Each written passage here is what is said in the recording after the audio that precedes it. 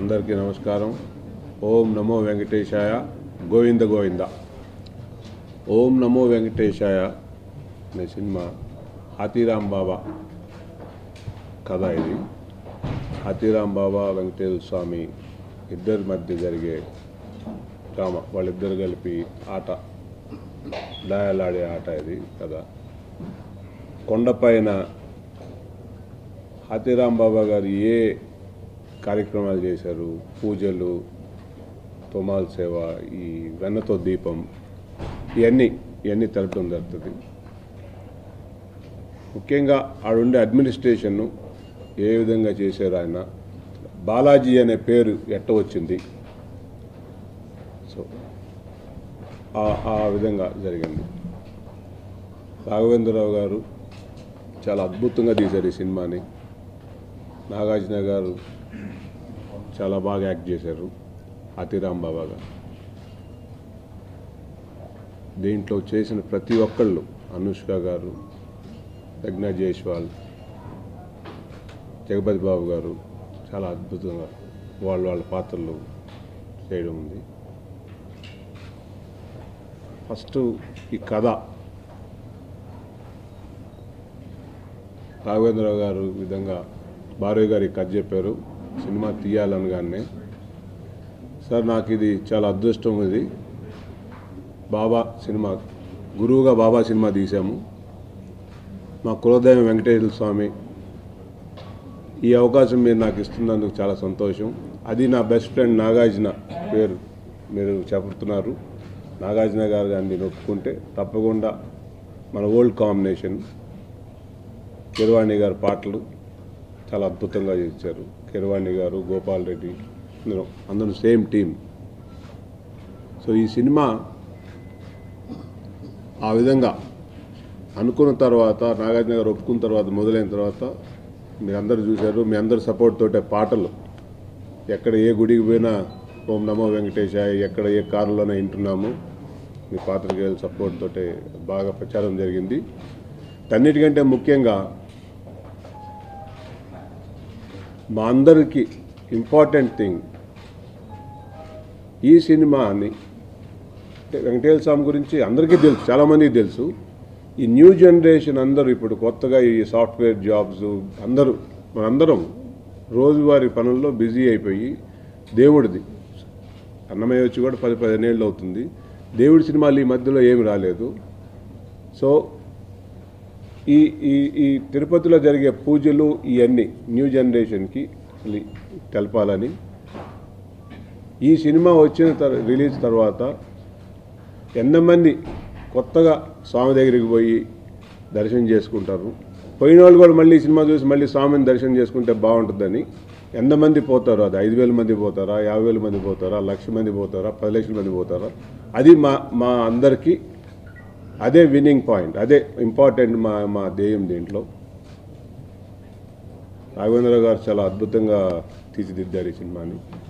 హాతీరాం బాబా గారిని అసలు ఎవరో అంటే కొంతమందికే తెలుసు హాతీరాం బాబా అని, ఎవరో ఫ్యూ పీపుల్ అండర్స్టాండ్స్, బట్ దీన్ని ప్రపంచం అంతా హాతీరాం బాబా ఎవరు అనేది చాలా బాగా తెలుస్తుంది. ఈ మధ్యలో నన్ను వచ్చి ఒక 3-4 అడిగారు, లైక్ సంజీవ్ నాయక్ గారు, గణేష్ నాయక్ గారు, ఒక 3-4 హాతీరాం బాబా కథ పేరు పైన ఎందుకు పెట్టలేదు అని. అన్నమయ్య పెట్టారు కదా, శ్రీరామదాస్ పెట్టారు కదా అంటే, దీంట్లో ఓం నమో వెంకటేశాయ అనేది బీజాస్త్రం, మంత్రం ఇది. దీంట్లో హాతీరాం బాబా గారు ఉన్నారు, గోదాదేవి, కృష్ణమ్మ, అందరి ఒక రాజు కథ ఉంది, అన్నీ ఉన్నాయి. హాతీరాం బాబు గారు కథ కూడా ఉంది. ఇప్పుడు అది మళ్ళీ ట్యాగ్ లైన్ కూడా పెట్టడం జరిగింది. ఓం నమో వెంకటేశాయ అనేది బీజాస్త్రం, మంత్రం. ఎన్నిసార్లు ఓం నమో వెంకటేశాయ అంటే అంత మంచిది. ఇంకా కథ రాసిన ఫస్ట్ నుంచి వాళ్ళు చెప్తాను, అద్భుతంగా రాశారు ఆయన భారవి గారు. మా ఆర్ట్ డైరెక్టర్ కిరణ్ గారు ఎక్సలెంట్గా చేశారు. దీంట్లో చేసిన ప్రతి ఒక్కళ్ళు, రాఘవేంద్రరావు గారు ఆ వయసులో ఇంత అద్భుతంగా తీర్చిదిద్దారు సినిమా. నేను చూశాను సినిమాని, మీరు కూడా చూడబోతారు. చాలా అద్భుతంగా వచ్చింది. నాగార్జున గారు ఫస్ట్ డే నుంచి షూటింగ్ అనుకున్న రోజు నుంచి ఆయన వేరే షూటింగ్ ఏ సినిమాలు చేయకుండా గెడ్డం పెంచుకొని చాలా నిష్టగా పద్ధతిగా ఈ షూటింగ్ జరిగింది. అదేవిధంగా అనుష్క గారు, ప్రజ్ఞా జైస్వాల్ అందరూ చాలా జాగ్రత్తగా. అసలు ఈ షూటింగ్లో ఎంత డిసిప్లైన్గా ఉండేదంటే నేను చాలా తక్కువ పోయా. నా మిత్రుడు విక్రమ్ చూసుకునేవాడు ఇవన్నీ. ఒక వెంకటేశ్వర స్వామి ఫోటో పెట్టుకొని పద్ధతిగా పూజ చేసి అందరు నామాలు పెట్టుకొని ఆ పైన కండవా వేసుకొని ప్రసాదాలు చేయని అవతల షూటింగ్ చేస్తూ భోజనాలు చేసేవాళ్ళు. ఇది ఒక పండగలాగా జరిగింది మాకు. లొకేషన్స్ కూడా గోపాల్ రెడ్డి గారు 3-4 నెలలు తిరిగి వేరే ప్లేసెస్ చూస్తే 500 ఏళ్ళు ముందు తిరుపతి ఏ విధంగా ఉంటుందో ఆ విధంగా చూపించటం చాలా కష్టం. అది మాకు ఆ ఈక్వల్గా చిక్మంగళూరులో కొన్ని కొండలు దొరికినాయి, ప్లస్ మహాబలేశ్వర్లో కొన్ని లొకేషన్స్ దొరికినాయి. సో వెంకటేశ్వర స్వామి గోవిందుడి ఆశీర్వాదంతో ఇది చక్కగా అద్భుతంగా వచ్చింది సినిమా. అన్నిటికంటే ఇంపార్టెంట్ మేమందరం అనుకున్న విధంగా ఇంత ఈ కథ వల్ల కొత్తగా అన్నమయ్య ప్లస్ రామదాసు ప్లస్ షిరిడి = నమో వెంకటేశయ్య.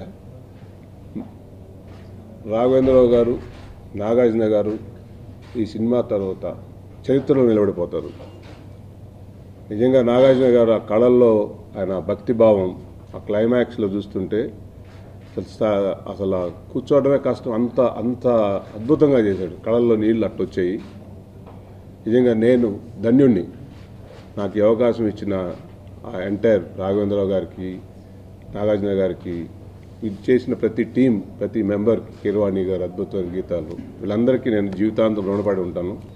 ఆ భక్తిభావంతో అంత నీట్గా అంత భక్తిగా కళల్లో ఆయన చూస్తుంటే సెట్లో మామూలుగా ఫ్రెండ్లీగా ఉంటాడు. సడన్గా ఆ సీన్లో పోయిందన్న కళల్లో ఆయన భక్తిభావం చాలా అద్భుతంగా ఉంటుంది.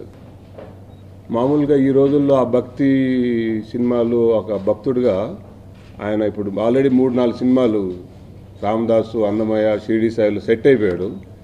దీనికి ముఖ్యంగా నా ఫ్రెండ్ కూడా ఆయన అది కాకుండా దీంట్లో పర్ఫెక్ట్గా ఆయనే మ్యాచ్ అవుతాడు అనుకున్నాం. ఆయన ఒప్పుకున్నాడు. 3 సినిమాలు బ్యాక్ టు బ్యాక్ ఆయన మనము సోగ్గాడే చిన్న ఆయన మళ్ళీ ఊపిరి ఈ 3 సినిమాలు సూపర్ హిట్ అయ్యి ఈ సినిమాకు ఒప్పుకున్నాడు అంటే నిజంగా మా అదృష్టం, ఆయన ధైర్యం. దేవుడి సినిమా లాంటి కమర్షియల్ సినిమా ఇప్పుడు ఏదో రిలీజ్ చేయబోతున్నారు, కమర్షియల్ సినిమా చేసుకొని మళ్ళీ దీనికి ఒప్పుకున్నా మేము ఓకే అనేవాళ్ళం. ఎమ్మటే దీనికి ఒప్పుకున్నాడంటే ఆయన గొప్పతనం, ఆయన రిస్క్ టేకర్. ఆయనకి కూడా కథ నచ్చింది, మంచి కథ ఇది, దేవుడి కథ. ఆయనకి భక్తిభావం బాగుంది. ఇప్పుడు ఏం లేదు, షిరిడి సాయి అంటే మాకు గురువు, రెండోది వెంకటేశ్వర స్వామి మా కులదైవం. సినిమా అవకాశం వచ్చింది. సో ఆయన రాఘవేంద్ర గారితో నేను కూడా అనేవాడిని ఎప్పుడన్నా ఆయన దగ్గర పోయినప్పుడల్లా, సార్ ఏదైనా మంచి దేవుడి సబ్జెక్ట్ ఉంటే చెప్పండి, అవకాశం ఉంటే చేస్తాను అని. అట్టని చెప్పి నేను దేవుడి సినిమాలే కాదు, ఏదైనా కమర్షియల్ సినిమా కథలు మంచి ఏమైనా వచ్చి చెప్తే ఫ్యూచర్లో కూడా చేస్తాను, నేను అట్టేం లేదు. బట్ ఫస్ట్ మేము చేయాలనుకుంది మాత్రం షిరిడి సాయి. ఎందుకంటే బాబా భక్తుని కాబట్టి ప్రజలకి బాబా గురించి తెలపాలనుకున్నాము. వెంకటేశ్వర స్వామి దగ్గర ప్రతి సంవత్సరం పోతాను నేను కూడా, చిన్నప్పటి నుంచి వెంకటేశ్వర స్వామి దగ్గర పోతుంటాము. ఈ కథ చెప్పినప్పుడు నిజంగా నాకు అనిపించింది, హాతీరామ్ బాబా గారు అసలు చాలా, ఆయన సినిమాలో కూడా నేను అసలు అర్థం చేయింది నాకు, మహాభక్తుడు ఆయన. అంటే ఇప్పుడు దాకా అందరు భక్తులకి ఆయన స్వామి కల్లో కనిపించడం ఉంటుంది. ఈ ఒక్క హాతీరామ్ బాబా గారి భక్తికి మెచ్చి ఆయన స్వామి వచ్చి దయాలాడాడు ఆయనతోటి, అది హిస్టరీ చెప్తుంది. సో ఆ కథ కొత్త కథ, సో ప్రజలకు చేస్తే బాగుంటుందని షిరిడి సాయిబాబా సినిమా తర్వాత బాబా మంచి స్నేహితుడిని ఇచ్చాడు. సో అంటే ఈ సినిమా నేను ప్రొడ్యూసర్ అని ఒప్పుకోండొచ్చు, బట్ అయినా ఆయన కెరీర్లో 3 సూపర్ హిట్ పీక్ లెవెల్లో దేవుడి సినిమా ఒప్పుకోవడం అనేది అది నిజంగా గొప్పతనమే.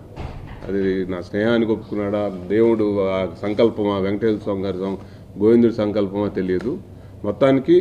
కానీ ఆయన తీసుకున్న డెసిషన్ అద్భుతం అండి. ఆయన చరిత్ర నిలబడిపోతాడు. మీరు అందరూ చూస్తారు సినిమా, మీ అందరి కోసం ఒక షో వేస్తాను నేను, ఫస్ట్ మీరే చూద్దరు, అవతల మీరే చెప్తారు నాకు. అద్భుతంగా అంటే ఇంకా మళ్ళీ ఇట్లాంటి సినిమా దేవుడి సినిమా అవకాశం వస్తే ఆయన చేస్తాడు. ఇది చరిత్ర నిలబడిపోయే సినిమా, అంత అంత గట్టిగా నేను చూశాను.